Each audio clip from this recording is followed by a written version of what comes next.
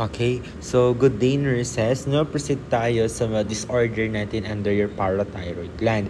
So pag sinabi nating parathyroid gland, it is a four tiny parathyroid glands that are embedded in the posterior of the thyroid gland. So ibig sabihin posterior, sa likod ng thyroid gland natin, doon natin makikita si parathyroid gland. So ngayon class, meron tayong ito.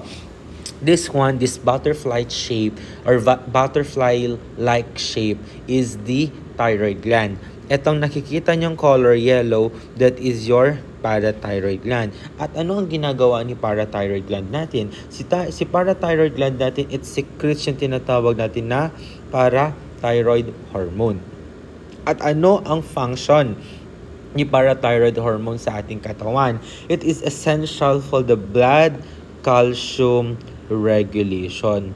So siya ang dahilan kung bakit tumataas or bumababa yung level ng production ng calcium sa ating katawan. So bigyan ko kayo ng example. For example, mababa yung calcium level natin sa ating katawan. Your parathyroid gland, okay, ang gagawin niya, magproproduce siya ng maraming parathyroid hormone. Bakit? Para tumaas ang calcium level. Pag once naman na mataas ang calcium level, si parathyroid gland mo dapat i-lessen niya yung production ng parathyroid hormone para sa ganun dumikrease ang production ng ating calcium or ng parathyroid hormone, which is siya ang dahilan kung bakit nagkakaroon ng pagtaas at pagbaba ng calcium level. So, puntahan natin yung pathophysiology, kung paano ba na-produce at ano yung effect ni parathyroid sa ating katawan. For example, there is a change in the level of calcium and phosphate. Always remember it, class, that phosphate and calcium are always irreversible. Pag sinabi nating irreversible, sila ay magkaaway. So kung magkaaway sila, never silang makikita mo na mataas dalawa. So kapag mataas ang calcium, mababa ang phosphate. Pag mataas ang phosphate, mababa ang calcium. Kaya sila ay irreversible, magkaaway sila. Pero sino naman ang best friend ni calcium natin? Ang best friend ni calcium natin ay si vitamin D. Okay, siya ang best friend niya. Bakit? Kasi lagi dapat silang magkasama. Kasi hindi magkakaroon ng absorption ng calcium if there's no vitamin D in the body. Kaya nga, kailangan kapag ikaw ay may, or for example, magkakaroon ka ng intake, okay, magkakaroon ka ng intake ng calcium, dapat taasan mo din ang vitamin D mo sa katawan kasi sila laging magkasama yan. Okay, ulitin ko, si calcium and vitamin D, lagi silang magkasama. Bakit? Si calcium, para ma-absorb sa ating katawan, kakailanganin niya ng vitamin D. Okay? So for example, there's changes. Okay, na-detect ngayon. Okay, may changes daw. For example, sabihin natin, decrease ang calcium sa ating katawan. Etong pag-decrease ng calcium sa ating katawan, na-detect yan ng chief cell. Madidetect sila ng chief cell. Okay, saan natin makikita si chief cell natin? Yung chief cell natin sa ating thyroid gland. So sa parathyroid gland, I should say. So ngayon, na-detect siya, mababa ang calcium. Anong gagawin niya? It will trigger the parathyroid gland to produce the parathyroid hormone. Sasabihin ni chief cell, mababa ang calcium level. Parathyroid gland, gumawa ka ng paraan. That's why your parathyroid gland will produce parathyroid hormone. Meron na ngayong production ng parathyroid hormone. So ngayon, kung may production na ng parathyroid hormone, anong gagawin ni parathyroid hormone mo? Si parathyroid hormone mo, tatlo ang effect niya or tatlo ang pupuntahan niya na organ. Una, we have the bone. Pupunta siya sa buto. Bakit? Anong gagawin niya sa buto? It increases the activity of your osteoclast. Pag sinabi nating osteoclast, ayan, letter C. Okay? It crush bone. So, pag sinabi nating crush, sinisira niya. It destroys bone.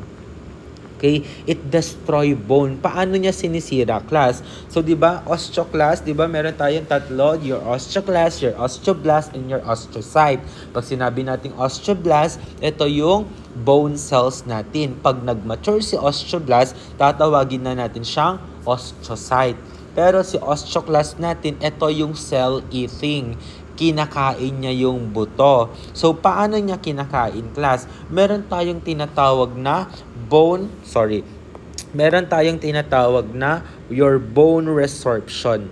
Okay? May tinatawag tayo na bone resorption. This bone resorption. Ano to? So, for example, ayan, di ba? Ano ang madami sa ating buto? Si buto natin ay yan yung nagiging reservoir.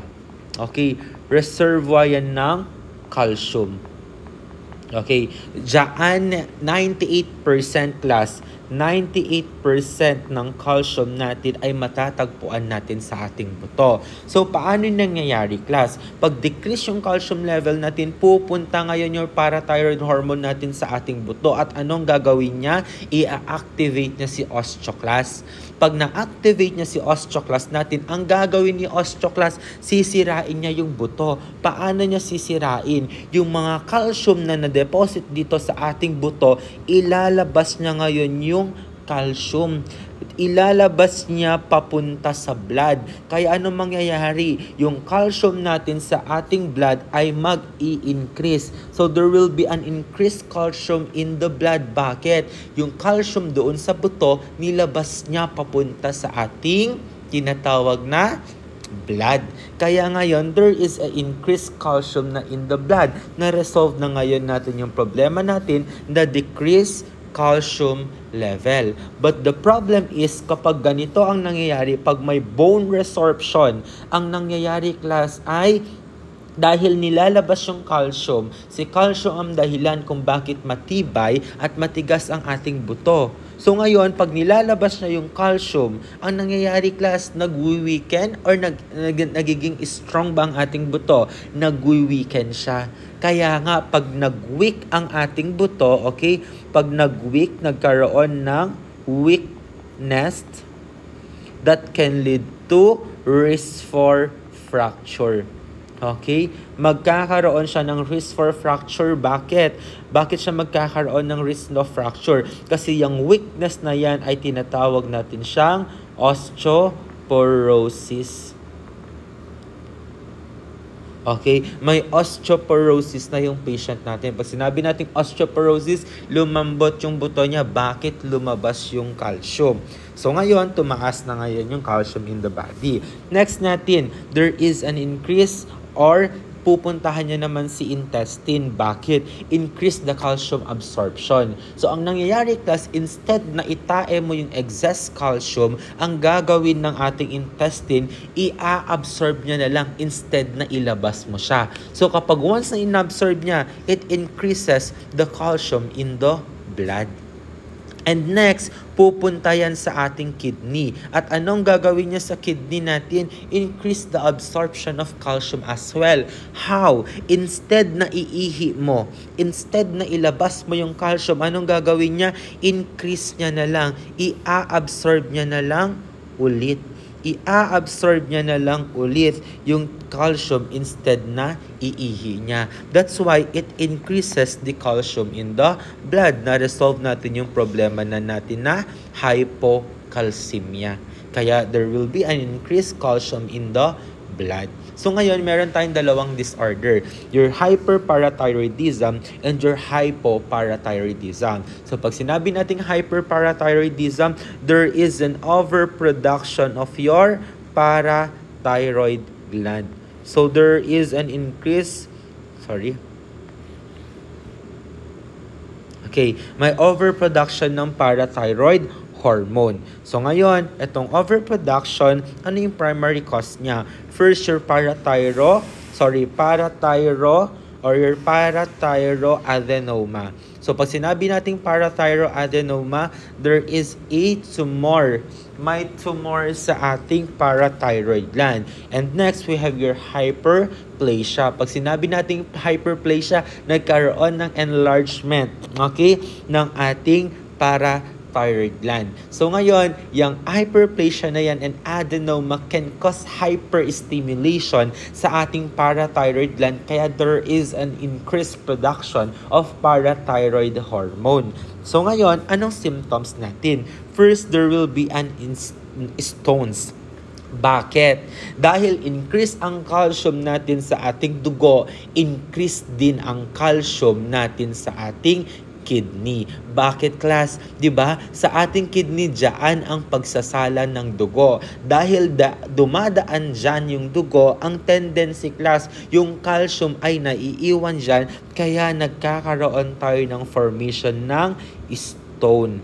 Kaya ka nagkakaroon ng stone in the kidney. Second one, yung Crohn's na tinatawag natin. There is an polyuria. Nagkakaroon ng impaired sodium and water reabsorption because of the calcium level in the blood. Next, sinasabi natin bones. There will be an osteoporosis. So, yung osteoporosis na yan, lumalambot yung buto mo. Kaya, isa sa mga manifestation niya ay bone pain. Your patient is risk for fractures. Okay? And meron pa tayong tinatawag na constipation. Bakit constipation, class? Kasi nga, yung calcium natin, it decreases the muscle contractility. So, pag dinecrease na yung muscle contractility, class, ang tendency, there will be a decrease in peristalsis. Magdi-decrease yung peristalsis mo, that can lead to constipation. And lastly, there will be an psychiatric disorder. We have your depression and your confusion. So yan yung ating tinatawag na parathyroid or your hyperparathyroidism. So sa hypoparathyroidism naman, class, there is a decreased production of your parathyroid hormone. So sa hypoparathyroidism, decrease ang calcium or decrease ang tinatawag natin na parathyroid hormone. So ngayon, pag decrease yung parathyroid hormone natin, class, anong mangyayari? Pag decrease ang parathyroid hormone, anong mangyayari? Mag-i-increase ba ang calcium or magdi-decrease? There is a decreased calcium in the body. Decrease ngayon ang calcium natin sa ating katawan. Pag decrease ang calcium sa katawan, class, ito na ang mangyayari. That can lead to sa complication natin na tinatawag natin na tetany. Okay? At 3 patients sa tetany, yan yung complication ng hypocalcemia. Si tetany, ano ba si tetany? Meron tayong manifestation, okay? Meron tayong tinatawag na manifestation ng tetany. This one is late sign already. So ano yun? We have your Vostek, okay? Your Vostek sign and your Trosu sign. Okay? We have your Vostek and your Trosu sign. So, pag sinabi natin Vostek, ayan, class, first letter niya, letter C. So, saan yan? Sa cheek natin, sa pisngi natin. Anong ginagawa dyan, class? Etong picture na yan. Pag tinap mo yung pisngi mo, okay, yung harapan ng tenga mo, magkakaroon ng muscle twitching. So, doon sa face mo, ayan, class, pipingi yung dito sa may banda ng right side mo kung saan mo tinap. Okay? Yan yung nangyayari kapag sa Vostek. How about pag Trosu sign? Si Trosu sign, ito siya. Gumagamit tayo ng BP apparatus, your BP cuff. So ngayon, pag nag-inflate tayo, di ba normally, pag nag-i-inflate tayo, pag nagkakaroon ng BP taking, di ba, wala namang reaction ang mga patient natin. Wala naman tayong reaction. Pero kapag once na nag-inflate ka dito, sa ating hypocalcemia or sa may ating tetany, pag nag-inflate ka dun sa BP apparatus or sa may BP cuff, ano nangyayari? Ayan. Yung kamay niya. Diba? Nagkaroon ng muscle twitching. Instead na straight lang sana yan, ayan, nagkaroon ng muscle twitching. Okay? So, yan yung nangyayari sa ating hypoparathyroidism. Bakit, class? Always remember, pag hypoparathyroidism, class, nagiging hyperactive ang ating mga neurons. Kaya ayan, konting tap mo lang, agad may stimulation agad. Nagkakaroon ng hyperstimulation sa ating tinatawag na what they call this one, sa ating neurons. So yan lang yung pinaka class, yan lang yung pinaka importante na malaman natin regarding sa hypothyroidism and your hyperparathyroidism. Okay?